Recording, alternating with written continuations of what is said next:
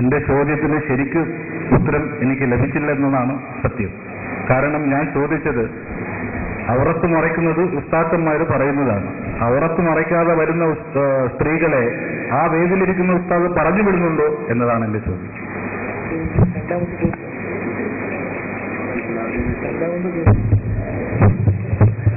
അത് രണ്ടാമത്തെ ചോദ്യമാണ്. ആദ്യത്തെ ചോദ്യത്തിനാകെ മറുപടി പറയുന്ന ചെയ്തത് എല്ലാവർക്കും ബോധ്യപ്പെട്ടു. ഇപ്പൊ പുതിയൊരു ചോദ്യമാണ്. അങ്ങനെ ആവർത്തിച്ച് ഉപചോദ്യങ്ങൾ എത്രയും ചോദിക്കാം. ആദ്യം ചോദിച്ചതല്ല, ഇത് പുതിയതാണ് അങ്ങനെ പറയുന്നത് ഉള്ളത് നേരെ ചൊവ്വേ പറയാം. ശരിയാണ്, അദ്ദേഹം പറഞ്ഞു. മറ്റൊരു ചോദ്യം അദ്ദേഹത്തിന് പറയാനുള്ളത്, ഇങ്ങനെ നിർബന്ധമാണ്, സ്ത്രീകൾ എന്തുകൊണ്ട് വരുന്നു? അത് എന്ന് പഠിക്കൽ പോകാൻ സ്ത്രീകൾക്ക് അനിവാര്യമാണ്, അതുകൊണ്ട് വരുന്നു. ശരി, എങ്കിൽ ഔറത്ത് മറക്കാത്ത സ്ത്രീകൾ അവിടെ വരുന്നുണ്ടല്ലോ, അതെന്തുകൊണ്ട് ഉസ്താദ് പറഞ്ഞ് തിരിച്ചയക്കുന്നില്ല എന്ന്? അതാണ് അദ്ദേഹത്തിന്റെ രണ്ടാമത്തെ ചോദ്യം അല്ലെ. അതിന് മറുപടി പറയുന്നു.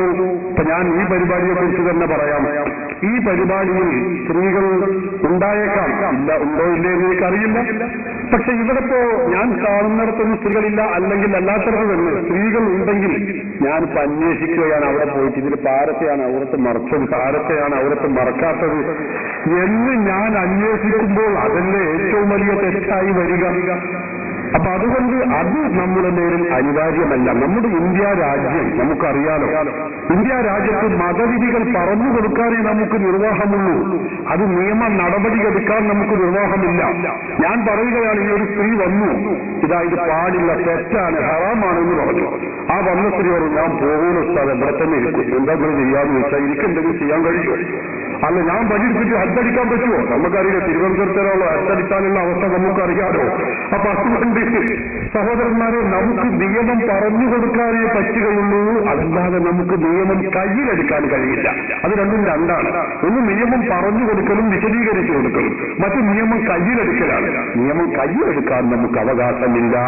അതുകൊണ്ട് മതവിധികൾ നമ്മൾ പറഞ്ഞു കൊടുക്കുന്നു. അങ്ങനെ സ്ത്രീകൾ അത് വാളിലേക്ക് മാത്രമല്ല, നമ്മൾ അങ്ങനെ ചില ആളുകൾ പറയും, അത് നിങ്ങളെന്താ വാളിലേക്ക് വരുമ്പോ അല്ലെങ്കിൽ സിയാറത്തിന് വരുമ്പോ തടയാത്തത്, അവിടെ മാത്രമല്ലല്ലോ ഇത് തെറ്റ്, എല്ലായിടത്തും തെറ്റന്നെയാണ്. സിയാറത്തിന് വരുമ്പോ മാത്രം ഹറാമാവുന്നതാണ്, വാങ്ങി വരുമ്പോ മാത്രമുള്ള ഹറാമല്ലല്ലോ ഇത്. അന്യ സ്ത്രീകൾ ഔറത്ത് തുറന്നിടുക, അന്യ പുരുഷന്മാർ കാണുന്ന രൂപത്തിൽ തുറന്നിടുക എന്നത് തെറ്റാണ്. നമ്മുടെ നിക്കാഹ്, നമ്മുടെ വീടുകളിൽ നടക്കുന്ന വിവാഹം, അവിടെ സ്ത്രീകള് ഈ പുരുഷന്മാര് കാണുന്ന രൂപത്തിൽ ഔറത്ത് വെളിവാക്കൽ അവിടെയും തെറ്റാണ്. ഷോപ്പിങ്ങിന് വരുമ്പോ സ്ത്രീകൾ ഔറത്ത് തുറന്നിടൽ അതും തെറ്റാണ്. എല്ലായിടത്തും അത് തെറ്റ് തന്നെയാണ്. അപ്പൊ തെറ്റ് എല്ലായിടത്തും തെറ്റായി നിലനിൽക്കുന്നു. തെറ്റിൽ നിന്ന് മുക്തരാവാൻ നാം ശ്രമിക്കുകയാണ് വേണ്ടത്. ഉസ്താദാവട്ടെ പണ്ഡിതരാവട്ടെ മതവിധി പറഞ്ഞു കൊടുക്കാനേ നമുക്ക് നിർവാഹമുള്ളൂ.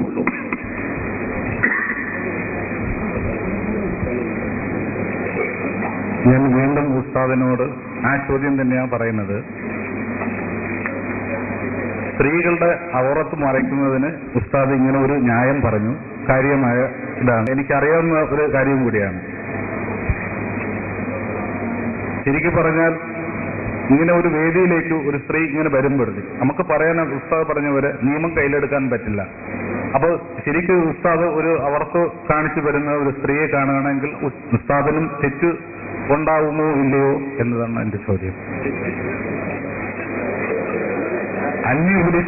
അന്യപുരുഷനെ സ്ത്രീകൾ കാണുന്നത് തെറ്റായ മാർഗമാണെന്നാണ് ഞാൻ പഠിച്ചിട്ടുള്ളത്. അതുപോലെയാണ് പുരുഷന്മാർക്കും അങ്ങനെയാണെന്നാണ് ഞാൻ പഠിച്ചിട്ടുള്ളത്. അന്യ പുരുഷന് സ്ത്രീ കാണുന്നതും പുരുഷൻ സ്ത്രീയെ കാണുന്നതും രണ്ടും തെറ്റാണ്, പാടില്ലാത്ത കാര്യമാണ്. ശരി തന്നെ.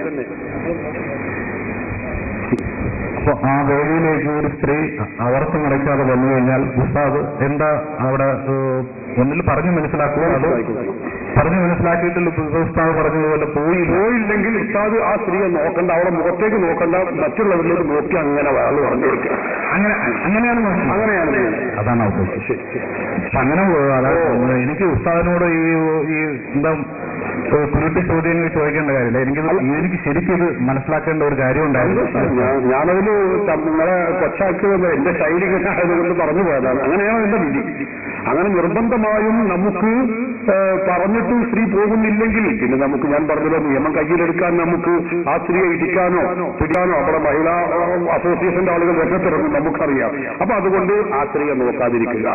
അതാണിപ്പോ നമുക്കറിയാം, മക്കബറകളിലും ചിലപ്പോൾ ആറാമുകൾ സ്ത്രീകൾ അവിടത്ത് തുറന്നിട്ടുകൊണ്ട് വരുന്നുണ്ടാവും. നമ്മളെന്താ ചെയ്യേണ്ടത്? നമ്മൾ അവരെ നോക്കാതിരിക്കുക. അവരില്ലാത്ത സമയം നോക്കി സിയാറത്ത് ചെയ്യാൻ ശ്രമിക്കുക.